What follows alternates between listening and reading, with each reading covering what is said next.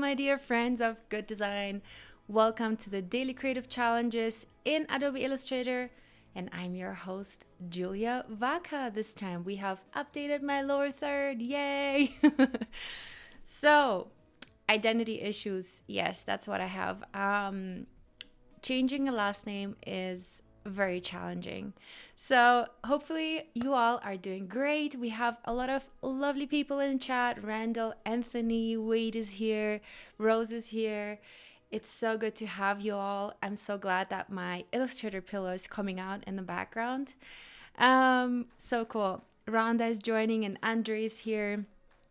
Friends, I am so excited for today's Daily Creative Challenge, and this series of challenges this week is all about experimenting with new styles. So yesterday we've been working in the minimalistic style, and today we are going to be working in the antique style. So let me know who is excited and who has designed something antique in the past. And today we're going to be working with a grain effect inside Illustrator. And the cool thing about the grain effect is that it's a vectorized, scalable effect. So it's not something that's pixelated, right? So it's scalable with the size of your artwork because it's vectorized. So friends, Wendwise here and Robert, awesome. So friends, let's jump into my screen and jump into the Daily Creative Challenge page on behance.net/challenge/Illustrator. This is where you can see all of our challenges pop up every single day right here. Yesterday we were doing a minimalist digital ad, and today we're going to be doing an antique poster for a market using the grain effect. Here, clicking start, you can get the starter file that I have prepared for you, and that's what that looks like. Yay! Challenge number 2, antique market poster. And you can see I have already applied some edges here, some roughen edges like we did yesterday. And here you can also add your name. So I'm going to add Julia Vaca. There we go. And you can add your name here, yourself. And then we have the Daily Creative Challenge number 2 saying here, so everything is fine.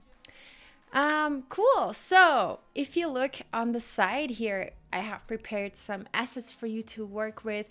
We have an antique looking color palette with this dark copper tone and with this bronzy looking color or gold looking color. Then we have this pretty dirty green, and then we have this off-white.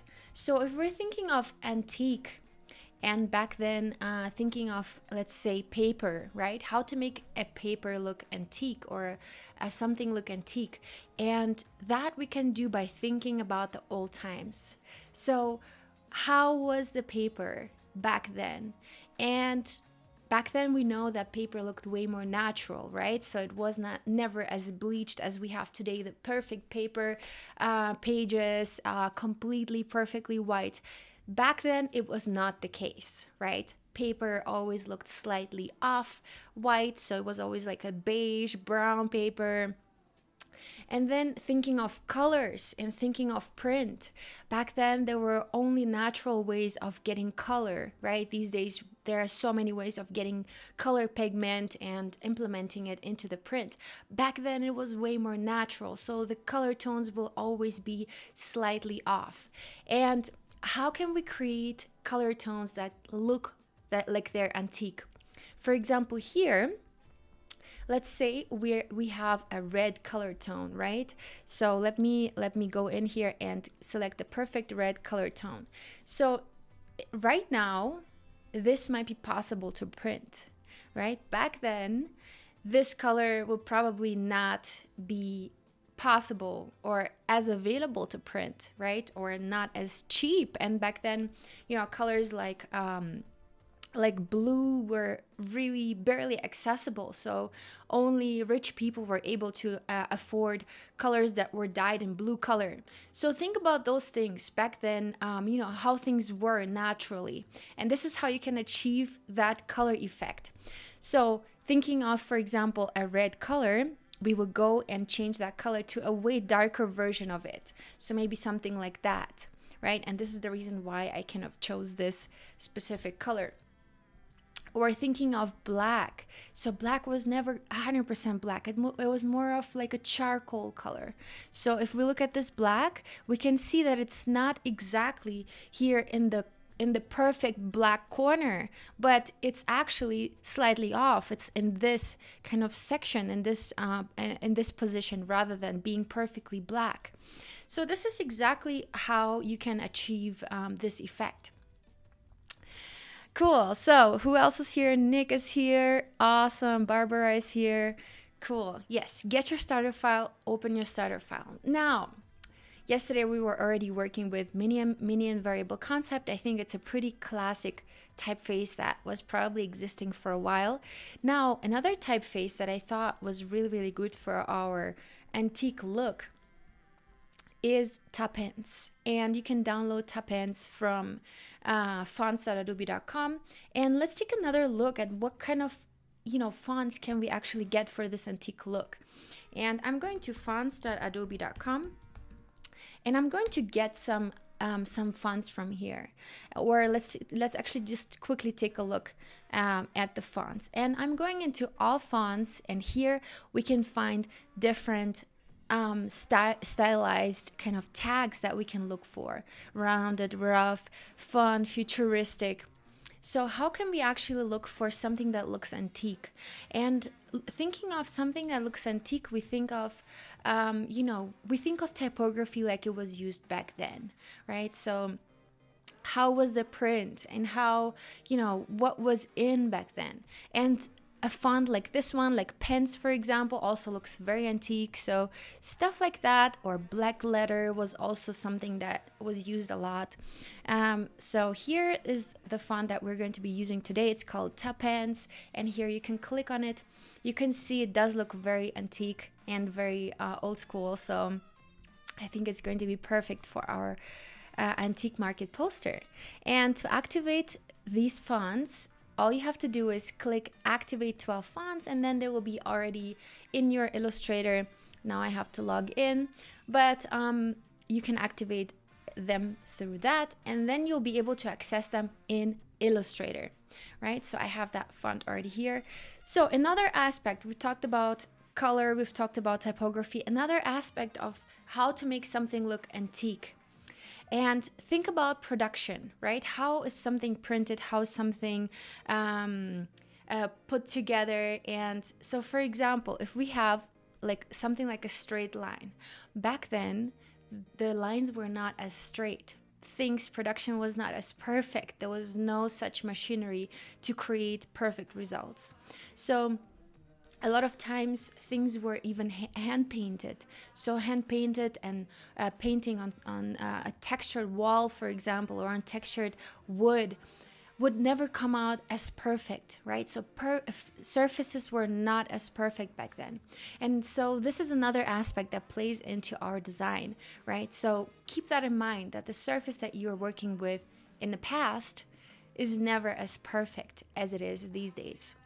So to achieve this look, you can create, for example, lines that are slightly distorted like this one. And I want to show you how to create that. So as an example, I'm going to take a rectangle, and we're going to pretend that this is some kind of card. And I'm going to flip the color. And of course, it's not going to be a perfect white. And to achieve this off-white paper color, what we're going to do is we're going to move into the orange hue, and then we're going to move around somewhere around here, somewhere around this section. And feel free to go more into the gray direction, somewhat like that. So this is probably somewhat what really white paper back then looked like, right? And you can even go more into brown by going down the color scale here. So you can even go and select something that's a little bit more brown, probably way more affordable and way more realistic back then. But for now, I'm going to be working with this off-white. So now I wanted to share with you how to create this very kind of imperfect shape. Right now, if we look at this, our rectangle is quite perfect, right? The edges, the lines, everything is very, very 100% straight. Lovely fonts, Rose. Yes, Adobe Fonts has some amazing fonts. So check out the selection there, and maybe you'll find another font that fits into the antique style.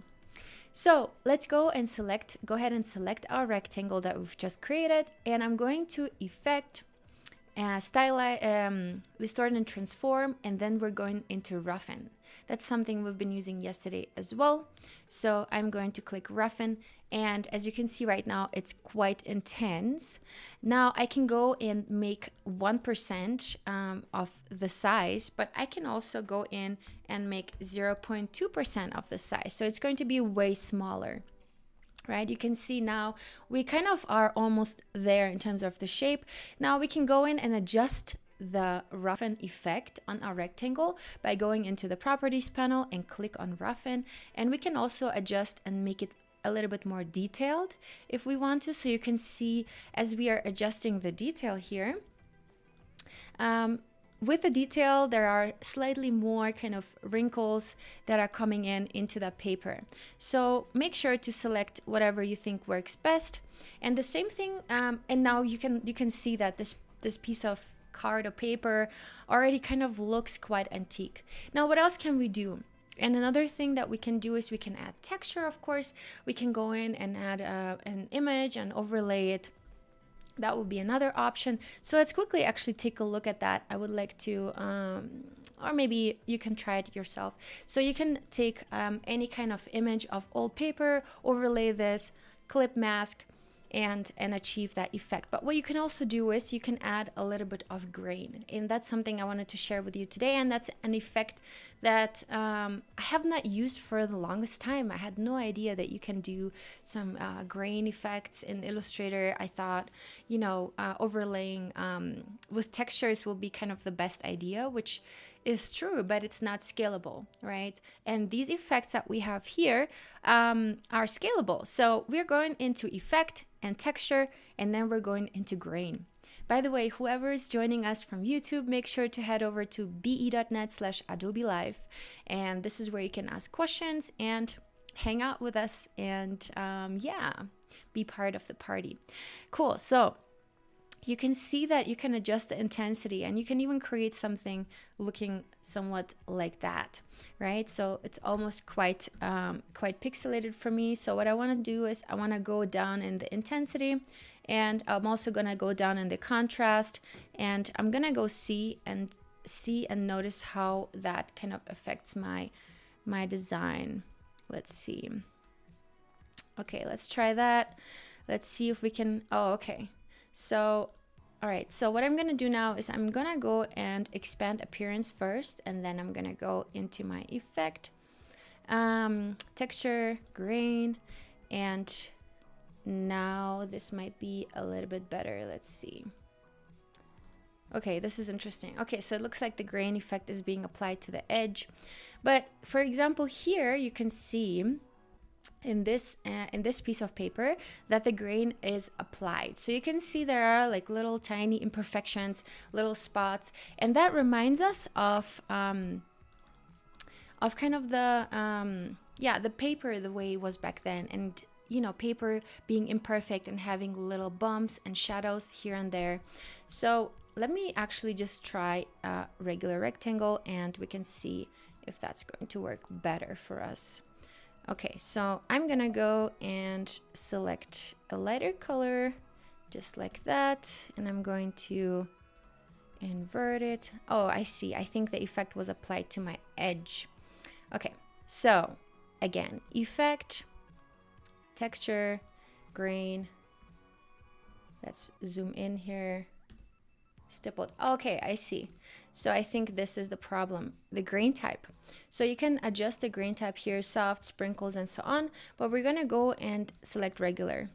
And here we can adjust, as I was saying, the intensity. So the more intensity, the more contrast you can see in this. So I'm going to make the intensity quite low, so about a 3, and contrast, then you can adjust a little bit somewhat like that. So you can see now we have this effect applied to this rectangle, and compared to this one, to this shape, we can see it looks slightly more kind of like almost like natural paper, right? So, and this effect is scalable. So that means whenever I scale this rectangle, the effect will be scaled with it, which I think is super awesome and, you know, fun to play with. Cool, so we have that. Now let's get into the content of our poster. Cool. Hi, Annika, good to see you. Awesome. All right. Yes, Annika, I saw you earlier. Great job earlier.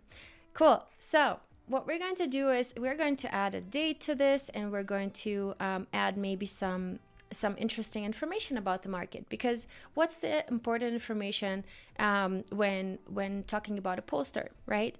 And we will need a date. So let's write a date, and we can do something like 12. Today is the 14th, 12/14/2021. Let's actually go back in time and let's do 1821. 200 years ago, there was a market. And now let's think about the information that we put on here, right? So we have talked about the style, and we have the paper that has these rough edges. We have an effect, a grain effect that makes the paper look slightly more rough. And then we have our font selection that's looking antique already. We can now talk about the information hierarchy. So in the poster, it's really important to have, you know, a variety of font sizes and color. That's how we can create this hierarchy that I'm talking about. And why do we need a hierarchy inside a poster? That is because when somebody sees a poster, they will need to understand it right away. And if we have too much information that's in the same text size, there will be no order of reading the information, right? Now, the important information here is antique market. That's something that we really want to kind of shout out, and we want to catch somebody's interest by kind of telling them right away what it's all about. Now, if the person is interested in the antique market, they might want to know when is it and what kind of market is it, maybe some more details. So that type of information will be slightly smaller. And in this case, I'm going to decrease that maybe to a 48. And as an opposite, I'm also going to decrease the size of the antique market font to, by the way, did you know that you can also go beyond 72 by just double clicking into the value in the character style and typing your own value? So let's take a look. Maybe this one might be a little too small, too big, or maybe not. Let's see. So maybe like 170 point, or maybe 150. You can also use your up and down arrows on your keyboard and just play around manually and see what's a good size, right? So something like this, I would say probably would work really well. 126. So we're catching the attention with it saying antique market. And what I'm going to do now is I'm also going to decrease the distance between the lines just a little bit, and that's called leading. So I'm going to go in here and I'm going to make that smaller. So again, I'm using my keyboard with up and down arrows to decrease that slightly. Okay, so now we can zoom out and take a quick look. And that's how we can actually understand, does our poster actually work, or you know, what's missing. So we have the date. Now let's write the time, and the time will be let's see, 10 a.m. 10 a.m. and we have the date and the time. Now, what's more important, the date or the time? Maybe we'll do 10 a.m. on this date. Now the date may be just a little bit larger, and let's make that a little bit larger. So maybe like something like that. Now, what else can we put on a poster? And that can be, for example, what you can buy in this antique market, and what we can buy, old watches. What else can we buy on an antique market? Sculptures, art, right? Sculptures, What else? Hi, Tarcisio. Nice to meet you. Cool. Elaine is asking, what is the workspace? What is the workspace? The workspace that I have here is branding. So I think it's a custom workspace, but also generic workspace comes with properties, with a properties panel. If you don't have the properties panel visible, go into window and activate properties. I think it's super cool to use the properties panel because it shows you all the kind of important features to the object that you choose, right? So right now I have my text selected and I have all the character styles showing and all of these settings that are relevant to what I'm doing right now, right? So properties panel, definitely recommend. Cool. Old watches, sculptures, and I'm going to make that slightly smaller. So I'm going to go in and make that maybe like a 24. And I'm going to leave on purpose, I'm going to leave a couple more spaces between the words so that I can put little bars in between. Okay, jewelry.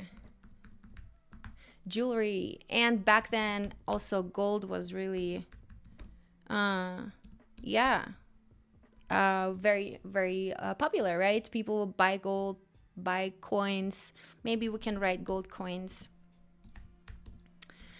So, okay, what else? What else can we put here that, what is the breathing space here in designing?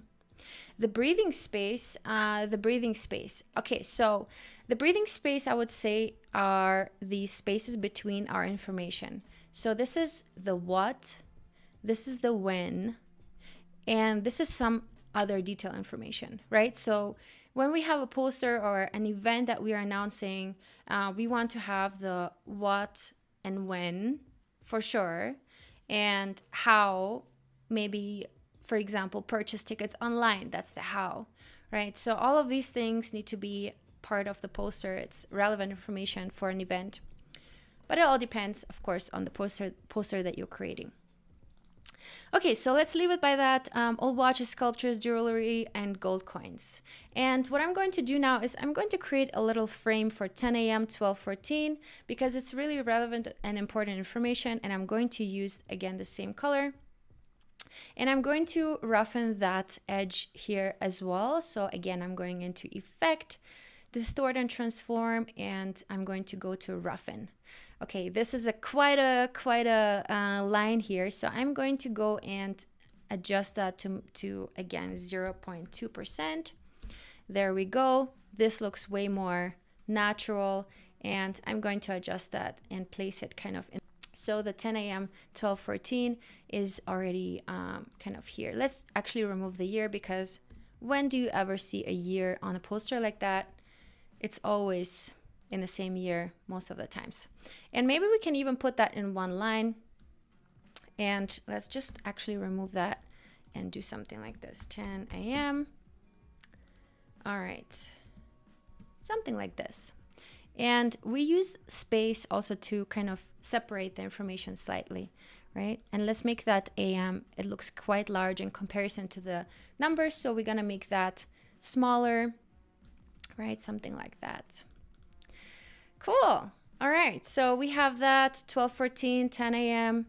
And that information is, of course, relevant, but the most relevant information is antique market.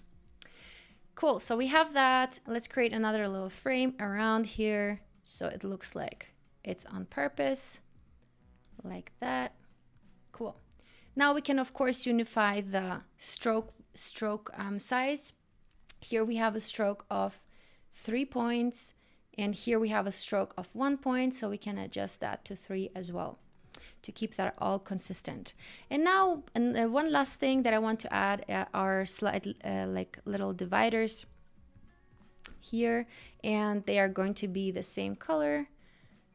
Feel free to roughen those as well, just to keep everything in the same appearance. Okay, cool. So our antique market poster is now done. It's very simple, and yeah, it's all quite well legible and well distributed. There is no you know, extra decoration, but of course feel free to add any kind of illustration. If you have any hand illustrations that you want to add, maybe showing jewelry or gold coins or stuff like that, feel free to add that, of course, as well. And feel free to experiment with the colors of the typography and the background. Of course, it needs to have a lot of contrast so that the text is legible. All right, so now we're going to go and export our file, export as PNG, and make sure to use artboard and click export. Now, I would like you all to submit that to our Discord channel, and the link to that is right here, bit.ly/AI Discord. This is where we share our work, and here's some work from the past challenges, and make sure to use the challenge hashtag for that. All right, my friends. So I'm excited to see your antique poster submissions today in the Discord channel, bit.ly/AI Discord. And I will see you all tomorrow for the next challenge. So have a great day and enjoy designing. We'll see you soon.